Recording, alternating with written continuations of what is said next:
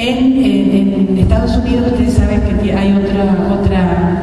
historia que tiene que ver con la muerte de las obreras de la fábrica Cotton de Chicago, que por reclamar demandas de paridad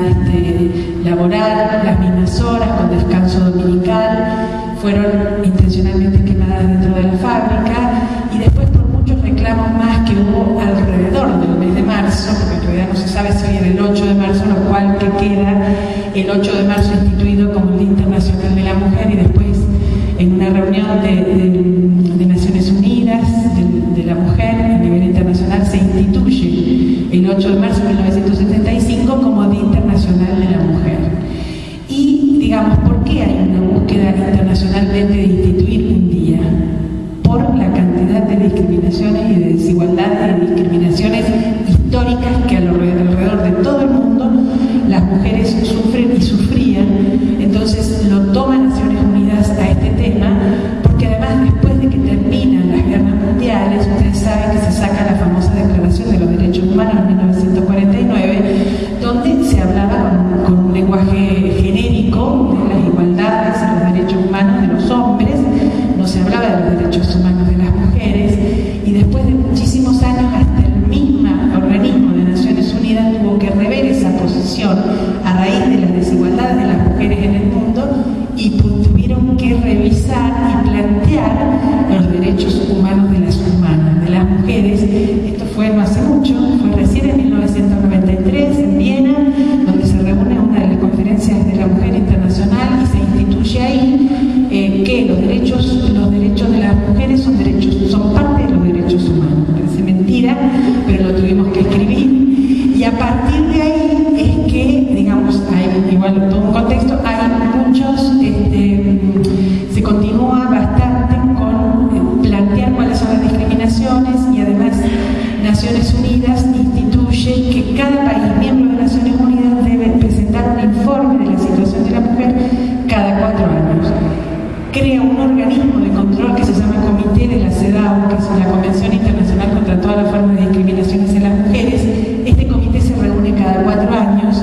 y exige un informe del gobierno de cada país que explique cuál es la situación de las mujeres, pero a la vez también acepta los informes que hacen las organizaciones de la sociedad civil, que se llaman y se denominan contrainformes. Y ha ocurrido muchas veces en la Argentina que en las épocas más duras nuestras, donde los informes se presentaban con una letra que decía alguna cosa de bienestar de las mujeres, y el contrainforme de las ONGs era diferente, y gracias a ese contrainforme se le ha llamado la atención a la Argentina como gobierno para que modifique estas cifras. No es vinculante estas sanciones, digamos, de Naciones Unidas. Lo que sí se le dice desde las conferencias internacionales, y ningún país miembro le gusta que le estén llamando la atención. Pero bueno, pasando en esto hacia el contexto internacional, es que, digamos, Argentina, que es miembro de Naciones Unidas y participó siempre en todas las convenciones internacionales, gubernamentalmente y no gubernamentalmente, siempre fue muy buena alumna Argentina. Cuando volvía de las conferencias internacionales,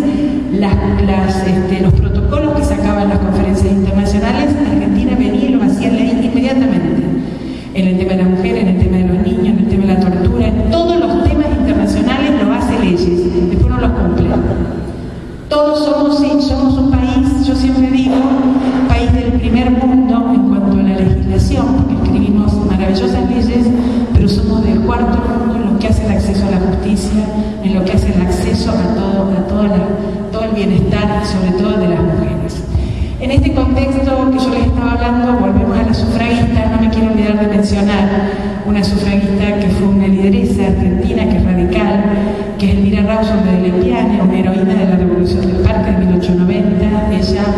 es de Junín, es la tercera médica argentina, y ella, para poder estudiar medicina, se tiene que pelear con su familia, se instala en Buenos Aires, estudia medicina, y cuando está en tercer año de medicina se produce la revolución. Ella pide autorización para viajar, para ir al parque a ayudar a los heridos. El director del hospital, que era contrarrevolucionario, se lo niega, y ella va igual. Así que ella es una de las primeras sufragistas argentinas,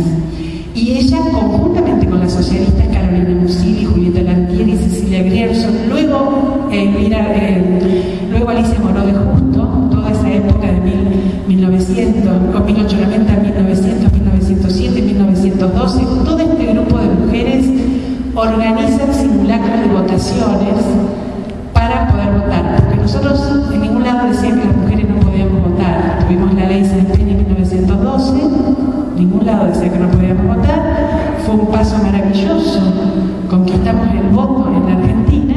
pero la mitad de la población se quedaba sin votar. No solo sin votar, sino que tampoco se podía ser votada, no elegía ni podía elegir.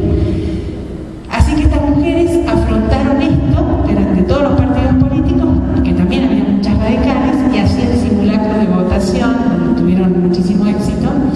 Y parte de las demandas que estas mujeres hacían ya en esa época tenían que ver con los temas de violencia. Porque no solo las demandas más fuertes eran del sufragio,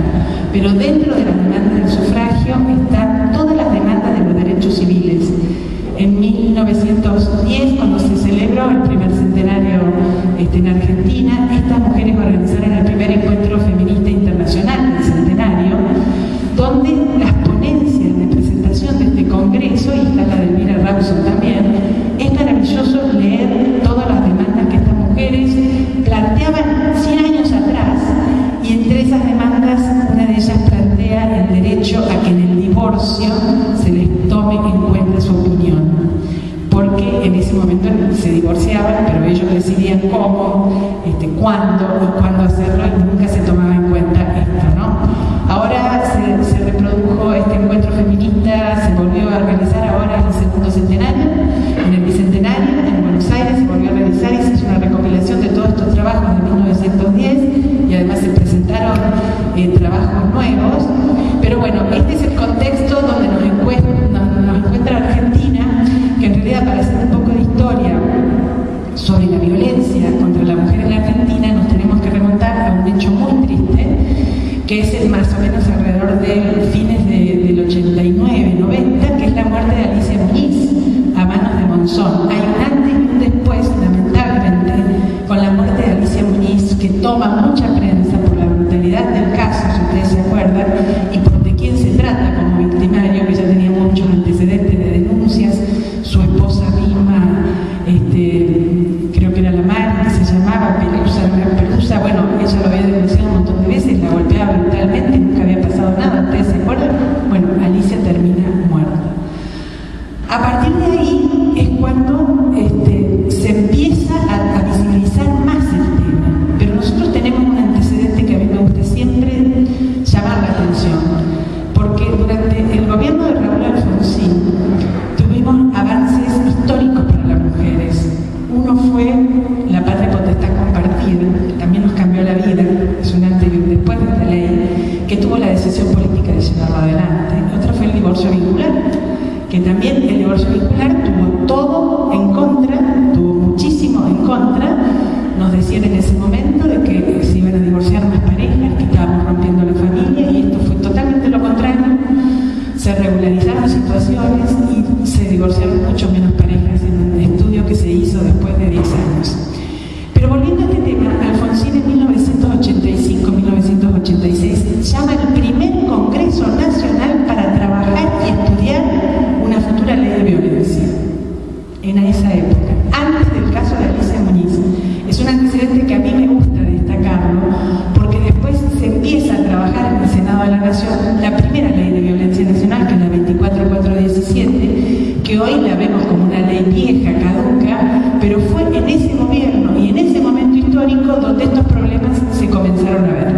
Mientras tanto se suceden estas convenciones internacionales de Naciones Unidas en 1993, que le dije en Viena, que los derechos humanos de las mujeres, los derechos de las mujeres son derechos humanos, y ahí se dice que la violencia hacia la mujer es una violación a los derechos humanos. Parece mentira que una vez escrito lo tomemos conscientemente, y después se suceden otras convenciones. Está la Convención de Beijing de 1995 en China, de Naciones Unidas,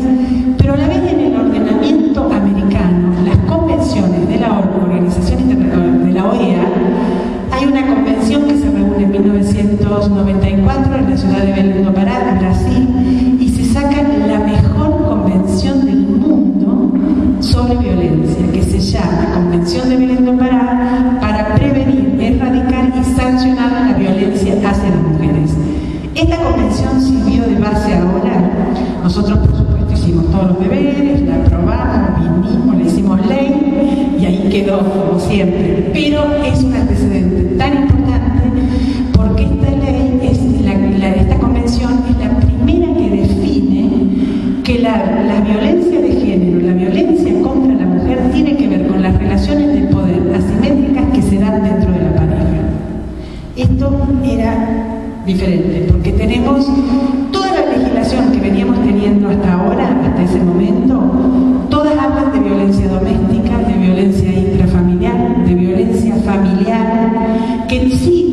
son realmente todos tipos de violencia que se dan en la familia que uno tiene que abordar, donde la mujer es un sujeto pasible de violencia, parte del grupo familiar, pero también está la violencia hacia los adultos, está la violencia hacia los niños, está todo este tipo de violencia que está muy bien caracterizado en todas estas definiciones, y casi todas las leyes que teníamos en Argentina, en las distintas provincias, todas trataban de esta o familiar, o doméstica, o intrafamiliar, y nunca específicamente se hablaba de la violencia de género,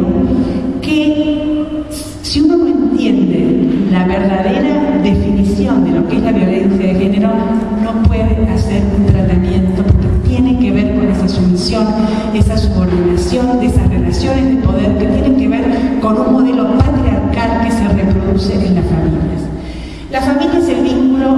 es el lugar donde uno se vincula de una manera, es la más importante que hay, porque es el grupo primario donde uno se vincula con los afectos, se vincula, pero también ahí hay todas relaciones de poder que se van dando de forma diferente. Y muchas veces esos vínculos y esas relaciones de poder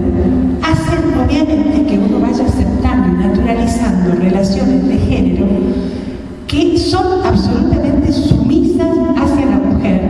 incluso la división sexual del trabajo que existe hacia adentro de las familias es totalmente discriminatoria, desigual, y esto crea un ambiente de poder y de sumisión y de violencia contra la mujer muy difícil después de superar, porque muchas veces nos critican las mujeres,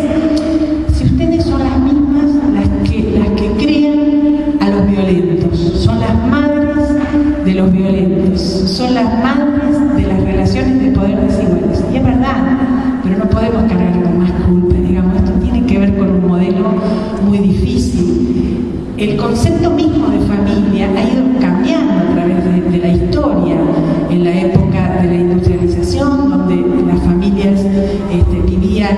en su núcleo familiar, pero además vivían con una familia ampliada, muchas veces parientes secundarios o terciarios, o no, porque en realidad se prioritaba a la mujer como la reproductora de la fuerza del trabajo, que iba a ir a las fábricas,